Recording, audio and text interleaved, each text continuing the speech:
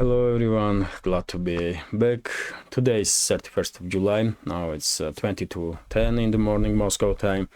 I'm Levan Gudadze and this is my first update for the day in which I will share all the main news that are making headlines in Russian media outlets and Russian language pages on different internet platforms. There are quite a few very significant developments and news that I like to share with you for this moment, but I will start with a quick summary of the situation on the front line, if I may, and first, of course, Kherson region. I will go from southern sectors to northern sectors. So Kherson region is mainly artillery duels between the sides. Russian and Ukrainian units constantly are trying to establish control or dominate over these small islands in delta of the Dnieper River, and with partial success.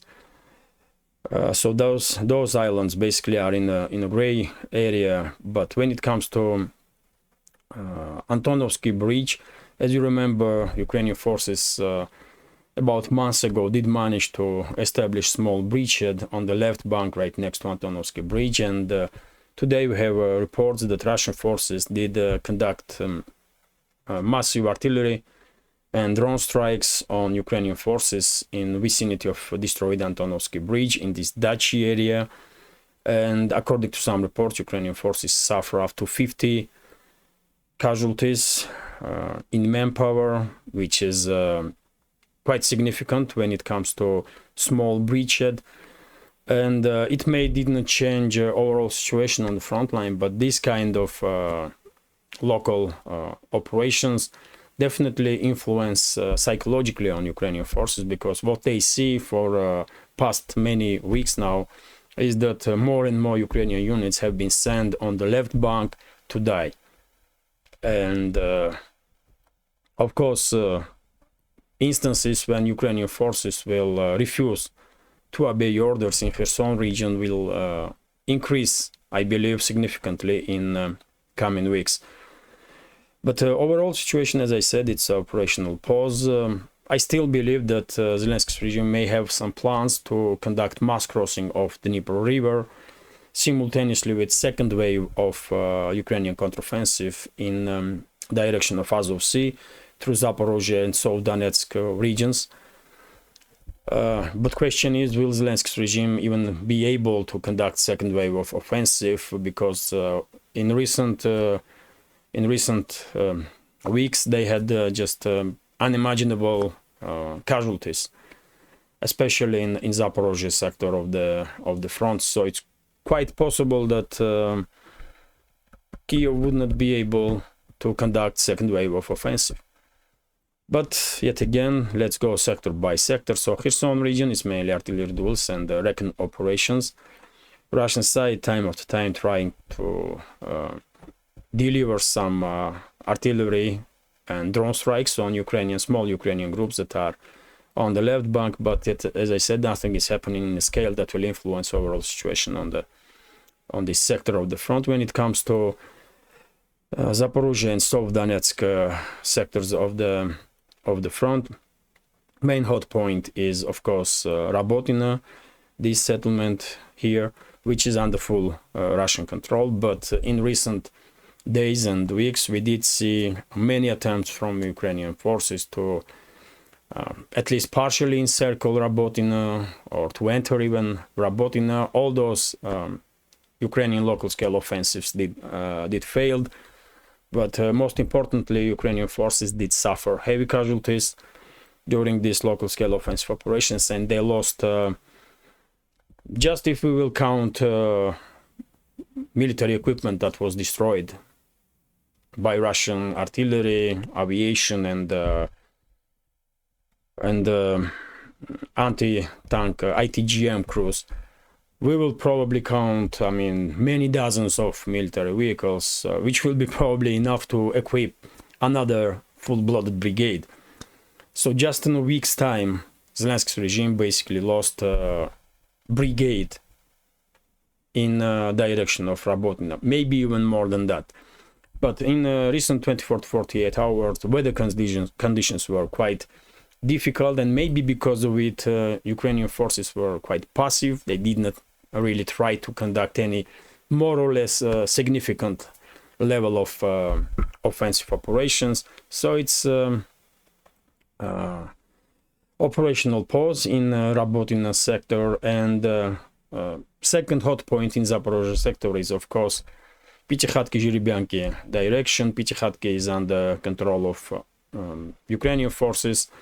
Zhiribyanki is under control of Russian forces, and despite many attempts of Ukrainian forces to somehow establish control over the Zhiribyanki, they were unsuccessful, and they cannot even hold on to their positions in Pichekhatki really, because entire village is under operational control and fire control of Russian forces. And there are quite few videos in internet when you can see that Ukrainian forces try to move in Pichekhatki, and they are coming under fire of Russian artillery, Russian tanks, or ITGM crews. Overall situation on this sector of the front, in Zaporozhye sector of the front, is operational pause, I will call it this way, or deadlock, when no one side is basically conducting any more or less large-scale operations with any success. But Russian side is in defensive positions, so they don't even need to conduct any offensive operations. But Ukrainian forces are unable to achieve anything really with their local-scale offensives. And when it comes to South Donetsk sector of the front line, main hot point, of course, this bridgehead between Uglidar and Gulyai-Pole, Vremevsky Ledge. And this morning, since the yesterday afternoon, reports were coming in from Russian sources that Russian militaries did manage to conduct successful local-scale offensive in direction of Staromayorskaya, this settlement here. And this morning, head of DPR, Denis Pushilin, did make statement that Russian forces managed to force Ukrainian soldiers out of this settlement, Staromayorskaya, which not necessarily means that Russian forces did enter this settlement. I believe Staromayorskaya now is in a gray zone where no one side is have full control over it. But it's a strategic location, because if Ukrainian forces will be able to establish full control and dig in Staromayorskaya, next of course will be Urozhaynaya. And well, Russian positions in Urozhaynaya may be difficult to defend if Staromayorskaya is under Ukrainian control. So that's why I believe Russian forces are acting aggressively in this direction and not allowing Ukrainian forces to dig in Staromayorskaya. But yet again, by the way, this entire Vremevsky Ledge, where Ukrainian forces lost yet again dozens and dozens of military equipment, this is not even on the first line of defense, this Vremevsky Ledge. But overall situation in South Donetsk sector of the front is also operational pause. Nothing is happening in the scale that will influence situation in that influence overall situation on this sector of the front. Next, Donetsk direction, mainly artillery duels, recon operations, and of course main hot points Marinka, Krasnogorovka. That's why I find this map difficult to use, because I cannot find Marinka. Where is Marinka? On this map it's easy, I mean, just zoom in and this is Marinka. But on this map, because of these colors, maybe it's my problem, but I cannot find Marinka, for example, right now.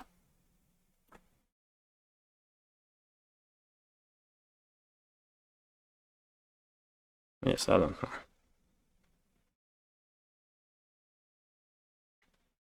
It's difficult for me to use this map. But anyway, let me show you on this map. So when it comes to Donetsk direction, of course, main hot points are Marinka, as I said, Krasnogorovka, and Avdiivka. And yesterday afternoon we had some reports that Russian forces did conducted some offensive in direction of Krasnogorovka, and they even managed to achieve some local scale success, but this settlement still under, well, now this map has some issues. Great. But overall, sorry for these technical issues, but overall, Krasnogorovka is still under control of Ukrainian forces, and same goes for Avdiivka, even though this settlement, this small city, is under operational encirclement, and Russian forces are able to strike all the roads that are connecting Avdiivka with the rest of the territory that is controlled by Zelensky's regime. Garnison in Avdiivka still holding to their positions, and to be honest, Russian forces not really trying to establish control over the Avdiivka.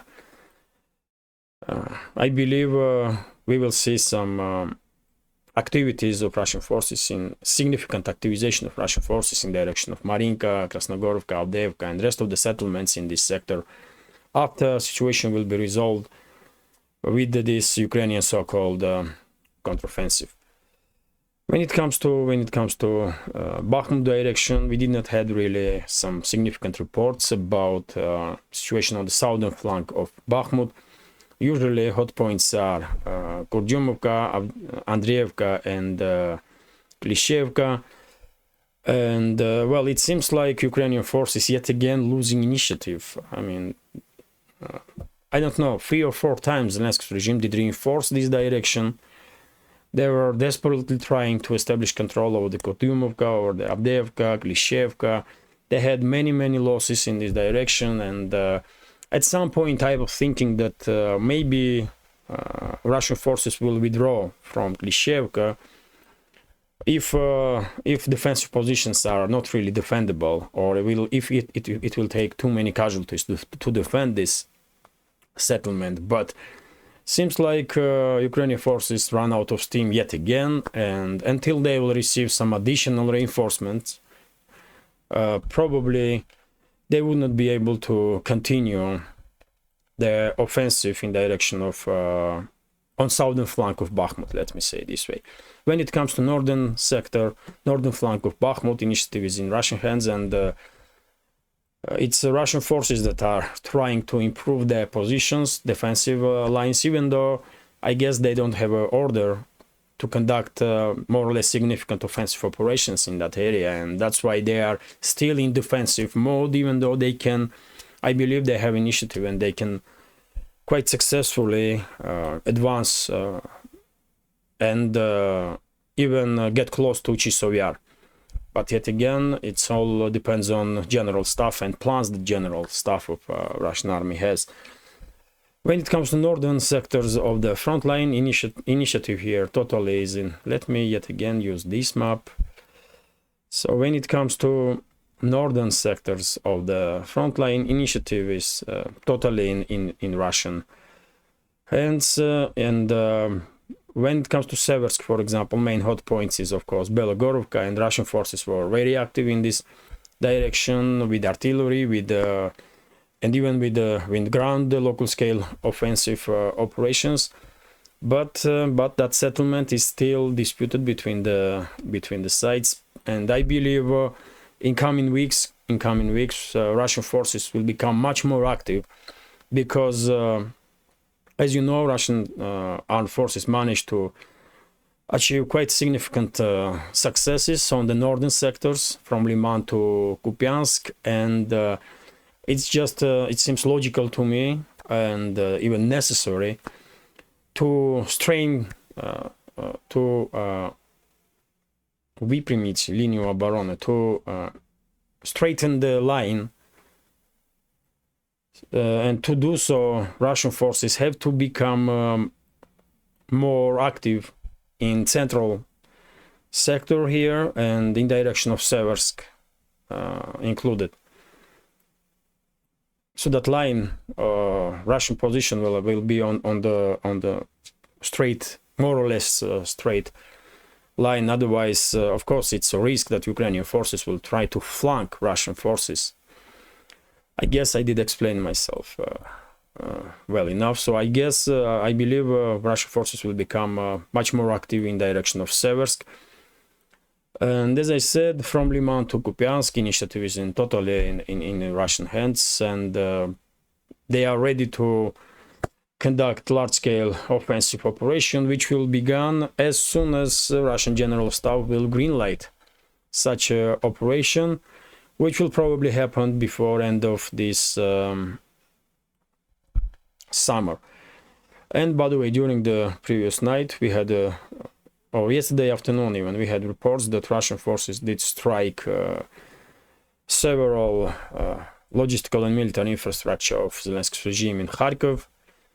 And this morning we had reports even from Ukrainian side that two logistical installations in Kharkov was hit, and there were huge fire as a result of it. And so I believe some warehouses were struck, military warehouses, by Russian forces. But there was probably many of you was expecting Russian retaliatory strike after yesterday's events when Ukrainian drones strike on Moscow, but there was no retaliatory strike on Kyiv or any other direction, really. So this is it for a quick summary of the situation on the front line, but it's not really a quick because it's almost 17 minutes. Okay, let me go through some other news now. And TASS news agency is reporting that this morning a Ukrainian drone did strike on police station in Bryansk region in Trubchevskoye district. And well, according to governor of the region Alexander Bogomaz, as a result of this strike there are no casualties on the ground, but some damage was done to that building, I guess. Yes, I mean, he said that some windows were shattered and the roof was damaged on the building. Nothing significant really. But yet again, as I said many times before, Zelensky's regime will use any opportunity to strike deep inside Russian territory, just any. As long as Western elites are providing Zelensky and his associates with long-range weapons, including drones, of course they will try to bypass Russian air defense systems and strike in Russian soil. Let me continue, and I just reported that Denis Pushilin, this is TASS news agency's report, which is based on statements of Denis Pushilin.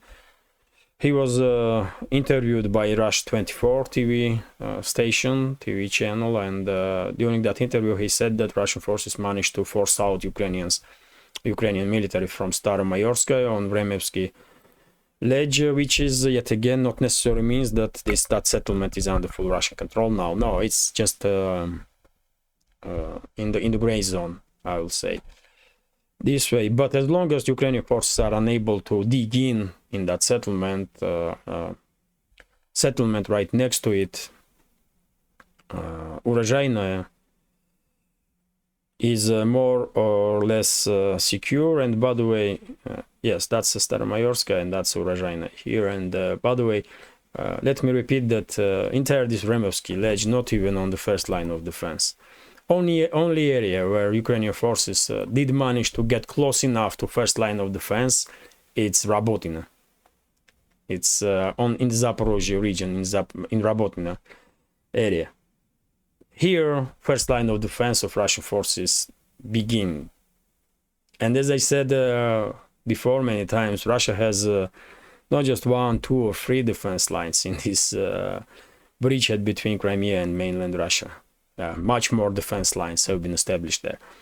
Okay, let me continue, and this is RIA Novosti's report, according to which Russian armed forces did manage to conduct a successful local-scale operation in direction of Novoselovskaya in LPR, which is also interesting. And I believe Novoselovskaya is here. Yes, that's Novoselovskaya. Small settlement, but yet again, this information once again confirms that initiative on the, and this is not far away from Kupiansk, by the way, which is here. And this is once again reinforces this opinion that initiative on the central and northern sectors of the front is totally in Russian hands. Let's continue now. And well, I did report about it that RIA Novosti is sharing with public information that Russian artillery did make significant or massive strikes on Ukrainian forces in close vicinity from Antonovsky Bridge in Kherson region. Well, I did report about it, and I believe these strikes on Ukrainian units on the left bank of the Dnieper River will have a significant influence psychologically on Ukrainian forces in Kherson region, because, as I said, they are seeing how one unit after another have been sent in on the left bank, and no one is returning from there. They have been sent to die on the left bank, and well, this will, once you see this, I mean, time after time, of course, it will influence on you psychologically, no matter how strong you really are or think that you are, you know. Let's continue. TASS news agencies reporting that, well, yes, Kharkov city, according to press secretary of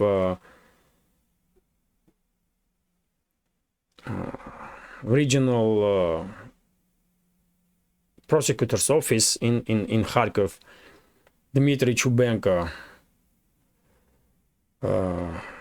some warehouses were strike in Kharkov by Russian forces, and after that strike, fire has erupted, and I guess significant amount of military ammunition and heavy military equipment was destroyed during that strike. Let me continue. RT is reporting. We have additional information about this so-called Ukraine talks or peace talks that will take in Saudi Arabia without Russia, and this meeting should take place on 5th and 6th August, and some 30 countries were invited to participate, among them India, Brazil, Indonesia, Egypt, Mexico, Chile, Zambia, and many others. But yet again, to be honest, I don't see point in such talks about Ukraine if Russia is not invited. And Saudi Arabia did not invite Russia, which is a questionable move, of course. But yet again, I don't think Saudi Arabia have shifted its foreign policies. I think maybe Saudi Arabia was under pressure of Western elites, and they agree to conduct such conference or talks. But well, Saudi Arabia may well use this, and some other countries who may participate may well use this conference to pressure Ukraine to agree on Russian terms or for peace talks to begin. That's what may happen, because I don't think Riyadh will, with all seriousness, move against Russia. I just don't see it coming, because relationships with Russia and China are strategic for Riyadh and much more important for its own security than relationships with Washington, London, or Brussels. Let me continue now. And RIA Novosti is reporting that former aide of former Ukrainian President Leonid Kuchma, Oleg Soskin, did made some statements on his YouTube channel, And he said that Ukraine is closing in to a point when civil war will erupt there. And one of the main reasons for it is that Zelensky is basically becoming dictator, and he is suppressing not just opposition, but he is suppressing state institutions. He is ignoring constitution of the state, and of course we all know that Zelensky will not allow presidential election to take place, and he will use martial law for it, even though most of the Ukraine is not really on the line of not on the front line, and any election can be held. And seems like not that many Ukrainians are happy with decisions that Zelensky is making, and well, maybe this person, Oleg Soskin, former aide of Ukrainian president, is correct, and this activity, irrational and unconstitutional activity of Zelensky, may cause some internal confrontation even. But I would not bet on that, because after all, Zelensky is nothing. It's all depends on will of Washington and London, and US and UK secret services are controlling Ukraine 100%. And if they don't want Zelensky to be removed, no one can touch him. Just, it's not happening. So it all depends on Washington and London, really. No matter how unhappy citizens of Ukraine are, no one cares about the feelings, really, in the West. Let me continue now, and this is quite interesting news that according to this internet platform, Al Mayadin,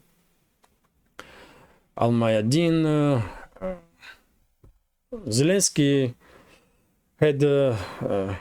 is in hot waters now, because some generals, some Ukrainian acting generals, did share information with the CIA, according to this platform, about Zelensky's corruption. And we are talking about $400 million that was stolen by Zelensky. And well, I don't think this information will be a surprise for CIA, because they know that Zelensky is a thief, and he is stealing not just millions but billions. He is a billionaire, by the way. But what is interesting, that generals are confronting Zelensky for whatever reasons. They may are not happy that Zelensky did not share with them this stolen money, or there may be some other reasons, but the fact itself that some generals are now confronting Zelensky behind the scenes, quite interesting development. And who knows, maybe sometime in the future we will see that Zelensky will be removed from office exactly with participation of those exactly generals. And by the way, when it comes to Ukraine and Ukrainian corruption, this news is exactly on the spot. TASS is reporting that Ukraine did receive more than $25 billion international aid, financial aid, since the beginning of this year. I wonder how many billions did Zelensky steal and his associates from this 25 billion? 10, 15? But, well, as I said quite a few times before, man, Ukraine is becoming a worldwide money laundering machine, and hotspot for all the corrupt officials from all around the world, and international organizations or Western states are not exception. I believe they are sending so many billions in Ukraine because they are receiving part of it back on their accounts in somewhere in offshore banks. Let me continue, and RIA Novosti is reporting that, well, officials in Kiev made announcement when negotiations will begin about Ukraine's security between Kiev and Washington, about some security guarantees for Ukraine. And this will happen this week. This week, negotiations between Kiev and Washington will begin. And this is, at one hand, means nothing, one may say. But on other hand, well, we have Biden in White House. And these crazy neoliberals and neocons that are running show in US. And who knows what papers they will sign. And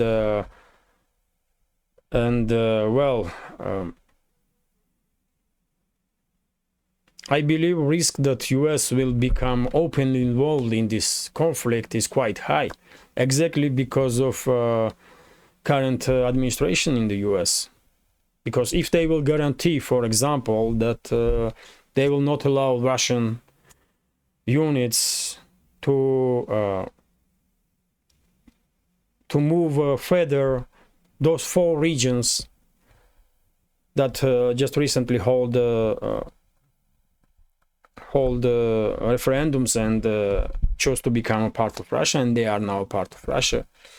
If Washington, for example, will give guarantees that they will defend Ukraine if Russian forces will move out of those 4 regions, then we are in direct confrontation with with US, because of course Russia will establish control over the Kharkov region and Odessa region, no doubts about that. Those regions, entire southern and eastern parts of Ukraine, will be under full Russian control after this conflict will end. Moscow cannot have any other way. But let's wait and see. Let's wait and see what guarantees Washington is willing to give Zelensky. How long is this video? 32 minutes. I will go through headlines now. And well, Russian Foreign Ministry made statement about conditions in which Russia will withdraw its tactical nuclear weapons from Belarus,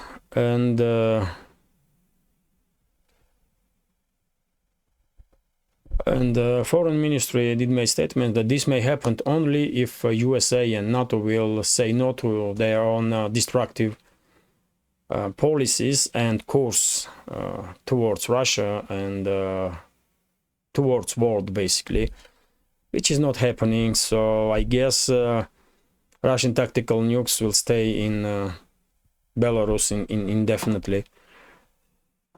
RT is, because of course we all know Washington or Western elites, let's say, they have no reverse gear. They cannot stop until they are forced to be stopped. So they're not gonna change their behavior, no way. Let's continue. RT is reporting that head of US State Department Anthony Blinken made yet another quite strange statement. He said that nuclear war is no worse than climate change during one of his speeches. This individual truly stupid, isn't it? I mean, if a nuclear war will erupt between the major nuclear countries, or between Russia and NATO, let's say, there may be no one left on this planet from humanity to worry about climate change. So what he's talking about, for God's sake, and how stupid this individual really is. I mean, and just imagine how dangerous is that second nuclear power in this world. And by the way, Russia has more nuclear weapons than US, but US also has thousands and thousands of nuclear warheads. So second nuclear power in this world have been run with these morons like Biden, like Blinken, Sullivan, and just you name it. I mean, it's extremely dangerous for this world, really, because this idiot seems like this don't really understands how dangerous nuclear war is. I mean, how are you gonna comment that? So let me continue. And by the way, US elites and US embassy in Georgia still are trying to destabilize this republic. And well, just we have no information on us that yesterday, I believe, some so-called pro-Western opposition members in Georgia, and I would not call them opposition, they are criminals. They are CIA assets and the criminals, really, the so-called Georgian opposition leaders. So they were protesting, they conduct some protest in Georgia, and they were protesting that cruise liner entered Georgia with Russian tourists. I mean, and as I said, man, US everywhere operating or working with these sick Russophobe individuals.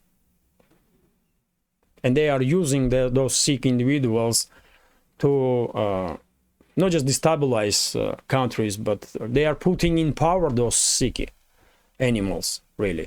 And that's what happened to Georgia when Saakashvili was president there.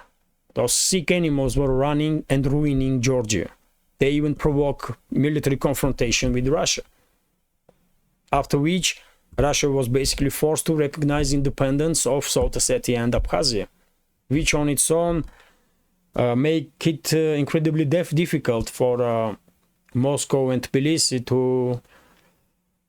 to deal with some issues. And current government in Georgia, which is acting adequately, absolutely adequately, should become more proactive when it comes to neutralization of these US-controlled criminal individuals that are calling themselves politicians. They are not politicians. They're supposed to be in jail, all of them, for life. They are members of criminal regime of Saakashvili, which killed hundreds and hundreds of Georgians, which provoke conflict, military conflict with Russia, as a result of which hundreds and hundreds of people died. So those mass murderers and those criminals should be in jail, but they are running around in Georgia and trying to destabilize that republic.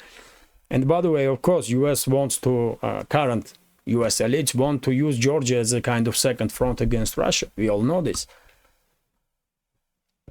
So hopefully, current leadership of Georgia will stop play around with this criminal gang and will take care of them like it's supposed to be done.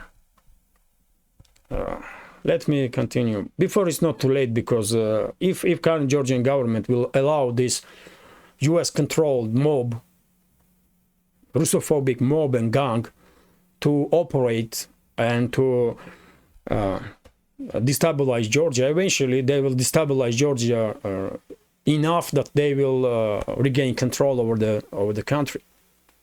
That's what will happen, and it will be total devastation for Georgia. Because if those criminals will return to power, it may be beginning of the end of Georgian statehood even. That's how dangerous those criminals are, really. Let me continue, and this is RIA Novosti's report, according to which yet another trading platform have been created in China, trade platform with Russia, and by the way, which is great news, of course, and I will share with you just one number.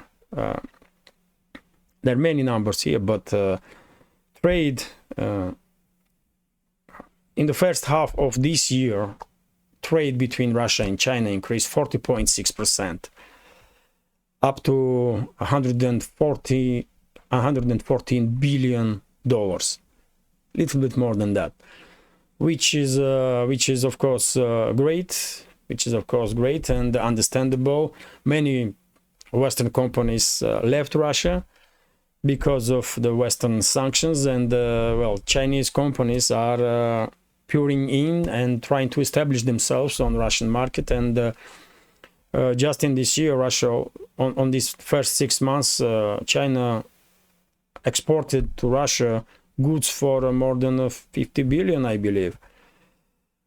And yes, more than $52 billion. And before end of this year, this number will probably reach 120 billion. And in few years' time, Russia-China trade will probably reach 350 billion, or maybe more. So basically, US and European, Japanese and South Korean companies are losing, and Chinese companies are gaining, not just market shares in Russia, but tens of billions of dollars. Let me continue, and well, that's quite interesting. Also, RT is reporting that new Samsung phone. You may find it irrelevant news in some sense, but it is relevant, and let me explain. So new Samsung phones hit Russian market before West. And we are talking about some Galaxy Z Flip 5. I'm not gonna go in that specification of that phones, but what is interesting that formally Russia is under sanctions, and Samsung is not presented on Russian market officially. But that's effectiveness of parallel import that Russia has activated. That these new phones that did not even appear on the Western markets yet already are on Russian market. And one of the retailers and mobile network operators, MTS, they are already offering these phones like Z Flip 5, and price starts from I mean, it's $1,200 basically, and Fold 5, also second type of phone, which is like $2,000, quite expensive phones really. But well, they have market on Russia. I would not buy that phone anyway, but many others will do probably, and that's why they are appearing on Russian markets before they hit Western markets. And this is example of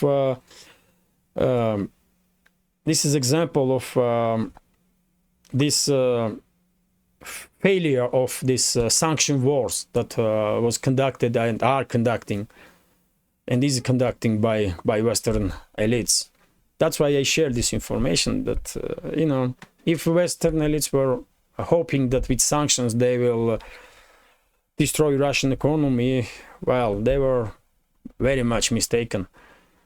And this is going to be last news for today's first update. TASS News Agency is reporting that Russian ruble, after a few days of stability, Russian ruble did continue to fail a little bit, and this morning on Mosbirja, $1 was costing 92 rubles. First time since the 7th of July. This year, by the way. This year, ruble was very volatile. And well, just recently, Russian Central Bank did rise interest rate for a full percentage point.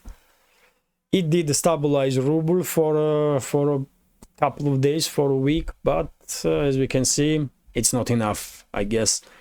And before end of this year, as I predicted, probably Russian Central Bank will rise interest rates once again. And according to Russian Finance Ministry, ruble is weakening because of some trade imbalance, basically. Well, let's see how it will goes. I guess Central Bank will do anything and everything in its hand to stabilize Russian ruble, but I believe ruble will become more stable once it will reach 100 or 120 rubles for a dollar. That's optimal level in my understanding, when everyone is happy from big, you know, when it comes to big players. Foreign big exporter companies will be happy. Government will be happy because they will have a additional ruble income for federal budget, and manufacturers will be probably happy. Only us ordinary citizens will probably lose in that case, because inflation will increase. But well, we used to big inflations anyway, so we will survive, I guess. So this is it for now. 45 minutes. Well, I did try to make it shorter, but it is what it is. I hope you will find this video interesting, and if so, please hit that like button and leave some commentary. More likes and comments definitely do influence algorithm and allows me to reach wider audience. If you can, please share links to my videos with your friends on Telegram, Twitter, Facebook, or any other platform that you are active on. And if you think this channel is interesting, informative, and deserves to exist in this field of news and political commentary, please consider to support with small donations through PayPal, by subscribing to my Patreon page, or by buy me a coffee. You will see links under this video in the description box. Have a great day. I wish you a successful new week, and take care.